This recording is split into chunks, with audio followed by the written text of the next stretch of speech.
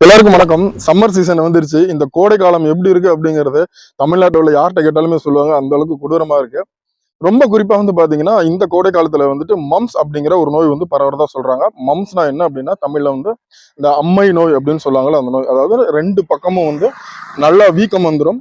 நம்மளால சாப்பிட முடியாது, ப்ராப்பரா பேச முடியாது.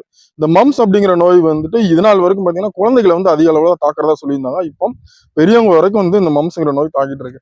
எதனால இந்த நோய் வருது அப்படின்னு கேட்டீங்க அப்படின்னா ரொம்ப லாஜிக்கலா ஹாட் வேவ்ஸ், அதாவது நம்மளுக்கு அடிக்கிற காத்து முதற்கொண்டு பாத்தீங்கன்னா ரொம்ப சூடான காத்து தான் அடிச்சிட்டு இருக்கு நம்ம உடம்புல இல்லையா.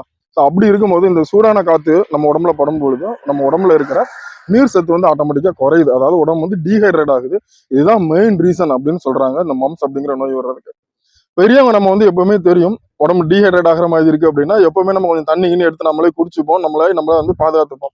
ஆனா குழந்தைங்க என்ன பண்ணுவாங்க, நிறைய பேருக்கு அது தெரியாது. ஸோ டாக்டர்ஸ் என்ன ப்ரிஸ்கிரைப் பண்றாங்க அப்படின்னு பாத்தீங்கன்னா சின்ன குழந்தைங்களுக்கு எப்ப தண்ணி குடிக்கணும் அப்படிங்கறதெல்லாம் அவங்களுக்கு மோஸ்ட்லி தெரியறதுக்கு உண்டான வாய்ப்புகள் இல்லை. அதனால எவ்ரி 1 hour அப்படின்றாங்க. அதாவது 1 மணி நேரத்துக்கு ஒரு தடவை நம்மளே குழந்தைகளுக்கு தண்ணியை கொடுக்கணும் கண்டிப்பாக அப்படின்றாங்க.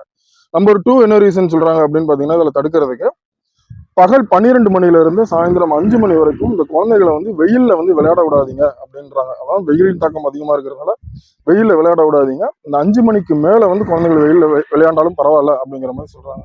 ஸோ இந்த 2 ரீசன் நம்ம ஃபாலோ பண்ணோம் அப்படின்னா இந்த மம்ஸ் அப்படிங்கிற அந்த நோயை நம்ம தடுக்கலாம். இது வந்துருச்சு அப்படின்னா ரொம்ப ரொம்ப கஷ்டம். ஏன் அப்படின்னா என்னோட குழந்தைக்கு வந்துருந்துச்சு. ஒரு தண்ணீரை கூட ஒழுங்க முடியாத அளவுக்கு பெயின் இருக்கும் போல இருக்கு, அந்த அளவுக்கு வலிக்கும்.